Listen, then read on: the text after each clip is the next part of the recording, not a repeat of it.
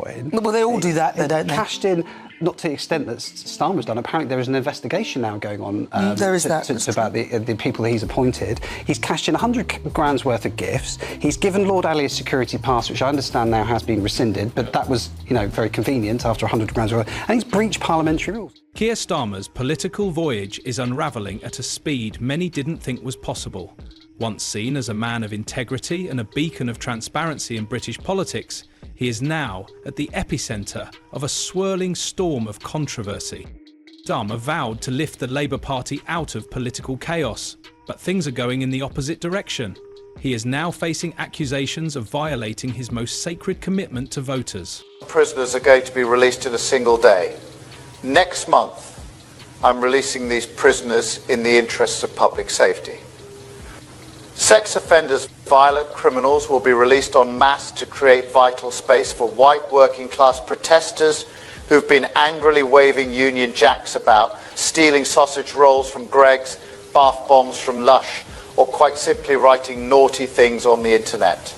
His once pristine image has given way to a figure struggling to defend policies that antagonise the very values he used to uphold. How did the man once seen as Labour's saviour become their biggest problem? The truth is that Starmer's so-called dirty tricks have backfired dramatically, leaving his leadership in a precarious state. With increasing accusations of betraying party loyalists, which has caused unrest within his party. The story of Keir Starmer is quickly becoming one of shattered trust and broken promises. A clear reminder of how quickly things can change for a politician, but not in a good way. But what is responsible for the rapid decline of Starmer's political journey?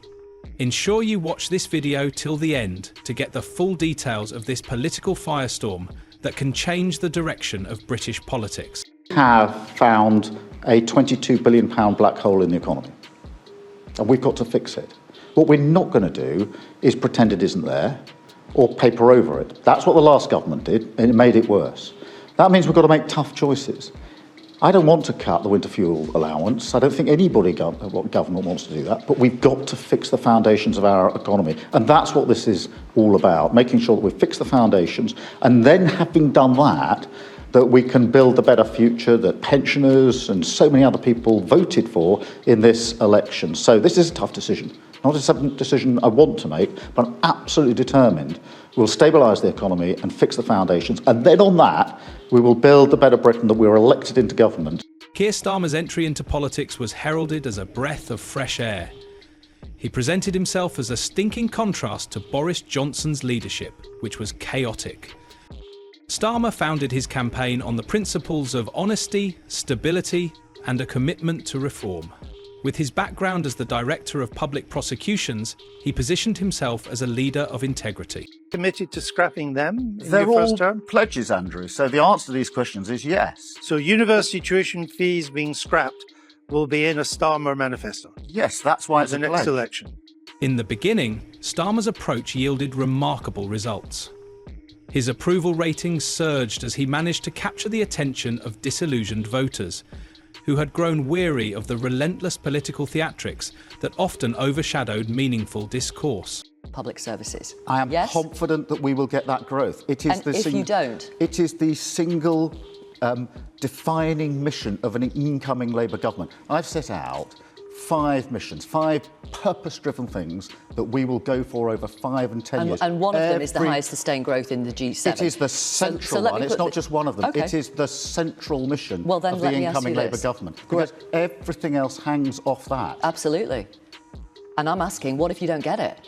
I'm confident that we will. That's why we've worked so hard. Confident? That's like crossing your fingers. No, it's not. That's what the government's been doing. I'm confident because we've got a strategic plan. I'm confident because I've listened to businesses who say to me, these are the impediments in my way. I've said to businesses, look, infrastructure, how long would it take you, for example, to build a wind farm? I'm told about 2 years physically. However, the initial wave of support wasn't destined to remain indefinitely. Starmer encountered the first significant test of his leadership. The crack in his calm, confident exterior began to appear.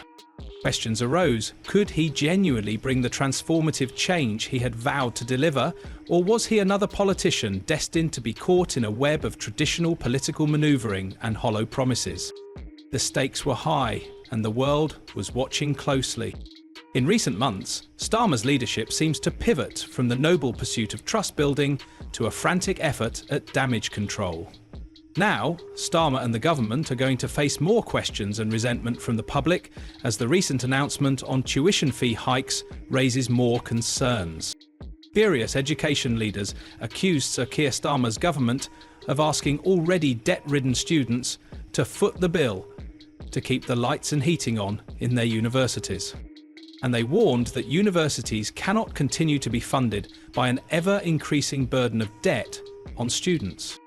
However, the Labour government has given its reason for the proposed plan, pointing fingers at fears of a growing financial crisis in the sector. The government hike will start next school year. Cap for tuition fees in line with inflation to £9,535, an increase of £285 per academic year. Now, I understand some students may worry about the impact this increase will have on their loan debt. So I want to reassure students already at university, when you start repaying your loan, you will not see higher monthly repayments as a result of these changes to fee and maintenance loans. That's because student loans are not like consumer loans. In a statement to the House of Commons, Education Secretary Bridget Phillipson revealed domestic students will now face maximum fees of PS £9,535 per year. Tuition fees had previously remained frozen at PS £9,250 per year in England since 2017. In addition, there will also be a rise in maximum maintenance loans to increase in line with inflation, giving an increase of PS £414 a year to help students with living costs.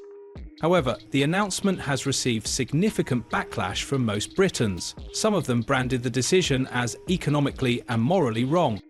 A woman said, "Taking more money from debt-ridden students and handing it to overpaid, underperforming vice-chancellors is ill-conceived and won't come close to addressing the sector's core issues." In addition, Alex Stanley, Vice President for Higher Education at the National Union of Students, said students were being asked to foot the bill to keep the lights and heating on in their uni buildings and prevent their courses from closing down. For some people, it is another betrayal in a series of betrayals from the Labour government, since one of their campaign promises was to scrap tuition fees altogether.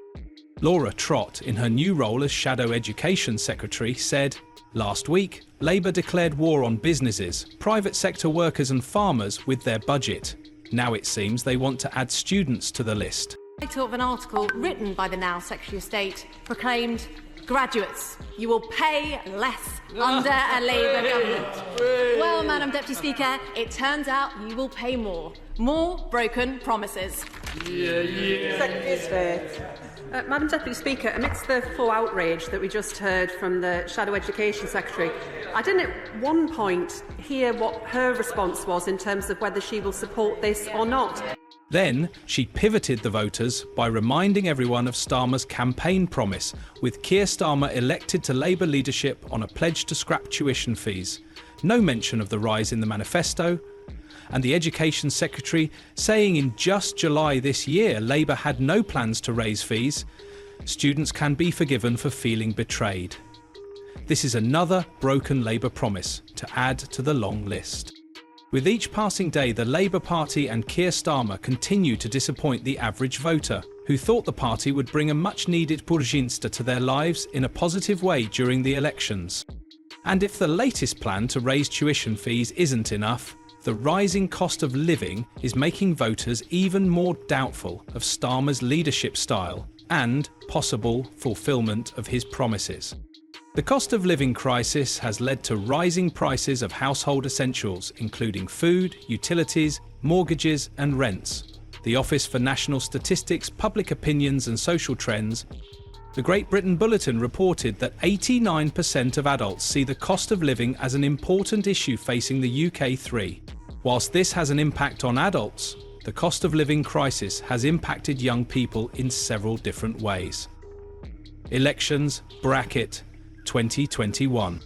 So, it is not a surprise that over 60% of voters don't believe Starmer can help ease the cost of living crisis next year, despite his pledge to put more money in people's pockets, according to an iReport.